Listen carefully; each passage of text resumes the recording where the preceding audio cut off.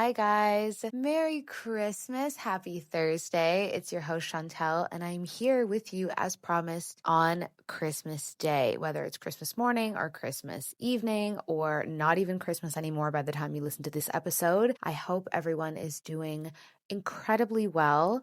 I'm coming to you not live, but live from Toronto. We had a little dusting of snow over the past few days. It's gorgeous. It's an insanely sunny day.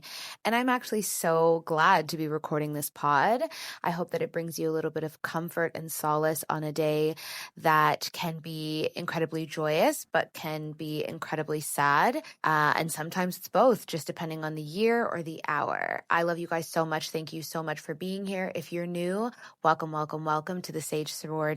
This is personal development, sisterhood, and philosophy for women in their 30s and 40s. And if you are a weekly subscriber, welcome back. I'm so glad you're here on this special day. So as we know, Christmas can bring up a lot of things for a lot of people. And I thought that, maybe you're alone today, maybe you're surrounded by people, but still kind of feel separate.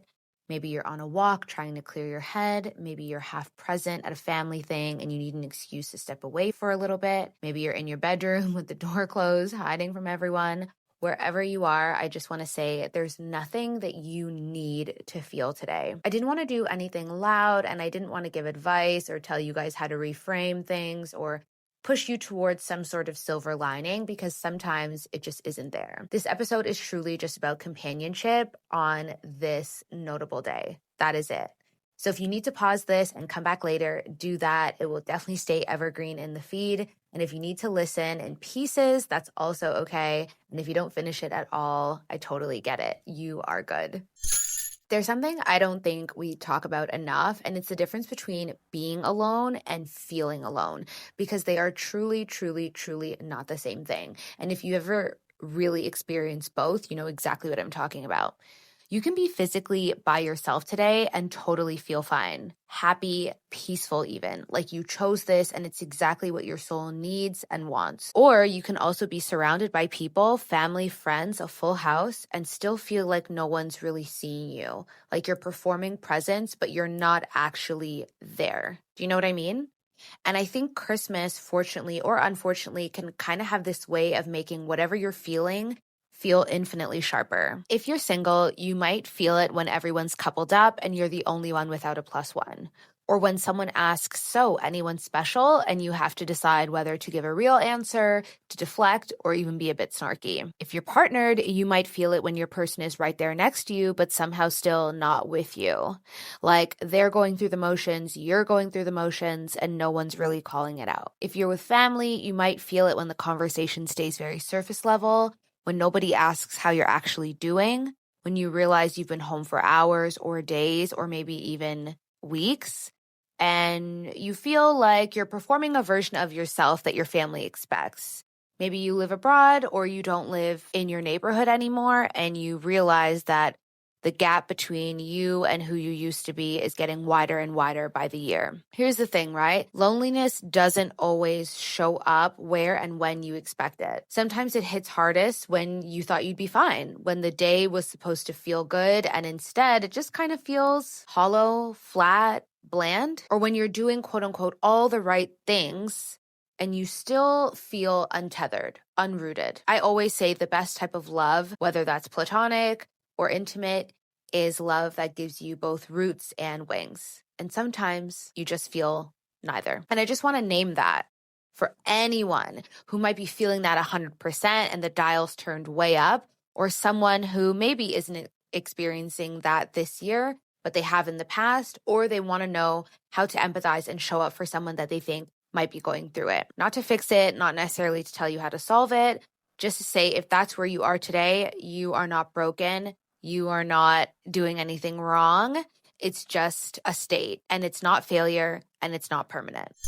Christmas, like I said earlier, fortunately or unfortunately, is an emotional amplifier. It just makes everything far more vivid, far more loud. And sometimes that's a good thing. Sometimes that's a great thing. Sometimes that's a shitty thing. It just is. And it's not just about today. It's about every Christmas you've ever had stacked on top of this one. The good ones, the hard ones, the ones you can barely remember. It can all feel like it's hitting and landing at once. You're sitting maybe at the same table you've sat at for the last 20 years, or you're not sitting at that table and you're also very aware of it. You're seeing the same people, or you're noticing who's missing. You're doing the same traditions, or you're realizing that those traditions don't fit anymore. And then there's obviously the comparison piece, which I think has always existed, but is way louder with social media. We see people posting their most perfect days. You're guaranteed to see someone posting your idea of a dream Christmas. The matching pajamas, the beautifully wrapped gifts, the amazing gifts, the families that look like they walked right out of Ralph Lauren's Christmas or a holiday movie. And even if you know in your head this is curated, it still feels like, damn, they have something that I don't. What have I missed? Because Christmas comes with a heavy cultural script, right? And we all contribute to it. It's supposed to be magical. It's supposed to be warm and cozy and full of joy and life. And maybe at one point it was, or maybe it never was. And if it doesn't feel that way, it's really easy to feel like you're the problem, your family's the problem, or somehow you missed a boat that you didn't even know you were supposed to get on. And I think what happens as we get older, as our worlds get bigger and more nuanced, sometimes that meaning feels so much heavier. When you're a kid, Christmas, for the most part, if you're lucky, is very fun, right? There's not really much to think about. It is full of joy and magic. And that indoctrinates us. We want that joy and magic as we get older. Then we start to realize that the adults are the one creating the joy and magic, and suddenly the veil gets pulled off, right? Christmas becomes a mirror. It reflects back where you can feel like you are in your life, who you're with, who you're not with, what you thought would be different by now. And that weight doesn't have to be bad or good. It's just the reality of things. It's the reality of living long enough to have comparison points, to be honest. To have past versions of yourself that you're measuring this version against, or future versions of yourself that you're hoping to get closer to. So if today feels especially heavier than any other day, or than it used to, it's not surprising. You're not being dramatic. You're just aware to it. What's also quite tough about Christmas is the time of year, right? It also coincides with the end of the year. And that can be really heavy and really hard. You're quietly going through the things that didn't happen, the timelines you had to let go of, the versions of yourself that maybe didn't come to fruition or completely dissolved. Maybe it's a relationship that you thought would last, a friendship that you thought would see the test of time. Maybe it's a goal you had for this year that you're realizing is just not going to happen. Those last 10 pounds or 10 kgs are just not going to disappear by December 31st. Maybe it's a whole identity that you started the year with that doesn't fit anymore. And now you have no flippin' clue what's going to come next. Not all endings get marked, unfortunately, and not all endings have a ceremony. Some of them just fade, and that can feel very unfair and disorienting because we're taught that endings are supposed to be clear and sharp, right? There's supposed to be some sort of conversation. The chapter is closed. The book is on the shelf. A decision, a moment, signing of the papers, when you know it's over. But a lot of times it is far more fade to black and quieter than that, you know? You just wake up one day and realize you don't want the thing that you used to want. Or you notice you've stopped trying to make something work. Or you catch yourself talking about the future and that person or that plan or that version of your life just is not in it anymore. And sometimes there's a lot of grief in that, especially when there's a gap with where you are, where you've been, and ideally where you want to go next. Even if it's the right ending. Sometimes the right thing to do is the hard thing to do, even when you chose it, even when you know it needed to happen. Sometimes that can be things like releasing a timeline around partnership or kids, realizing a friendship has shifted and you're not really sure how to go forward, letting go of a career path or a promotion that you thought you would take, recognizing you've outgrown a version of yourself that maybe you used to really enjoy. Like I said, some endings don't get closure, and that's okay. The thing is, not everything resolves neatly, and I think we put a lot of pressure on ourselves to wrap things up by the end of the year, to have clarity, to know what we're bringing into January, and know what, most of all, we are leaving behind. But sometimes you're just still fucking in it. And December 25th and December 31st and January 22nd is one and the same. Because sometimes the ending is still unfolding. And unfortunately, sometimes that's exactly where you have to be. So with all that said, I want to give you a bit of permission for some things because I think we carry a lot of invisible pressure this time of year. And I want to name it so maybe we can kind of just set it down and move forward. You have permission to not make today special.